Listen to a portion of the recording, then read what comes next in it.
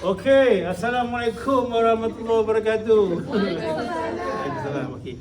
Hari ini saya nak tunjukkan awak scale C major berkaitan dengan penjarian dan juga dekat keyboard. Mula-mula sekali kita akan cari dua black key. Ambil yang ketiga. 1, 2, 3. C major. C, dia akan ambil sampai C. Jadi penjarian 1, 2, 3, 4, 5. Kita akan buat 1, 2, 3. 1, 2, 3, 4, 5. Jadi 1, 2, 3. 1, 2, 3, 4, 5. Itu peringkat awal cara kita berlatih. Sebab 1, 2, 3. 1, 2, 3. 1, 2, 3. 1, 2, 3, 4, 5. 1, 2, 3, 4, 5. Lepas tu kita sambung 1, 2, 3. 1, 2, 3, 4, 5. Bila dah dapat, sambungkan.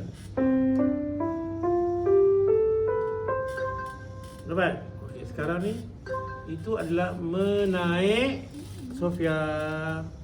Lepas tu kita nampak menurun. Kalau menaik 1, 2, 3, ibu jari ni pergi bawah. 1. Lepas tu nak menurun 5, 4, 3, 2, 1 naik atas. Jadi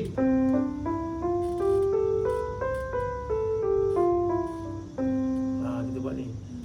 Selepas tu kita ikat dengan metronom. Mana metronom kat sini? Metronom. Mana metronom? Ini yang barulah. Tak apalah.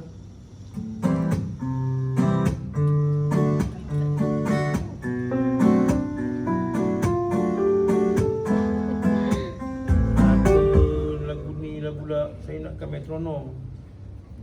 Oh blur. Penat.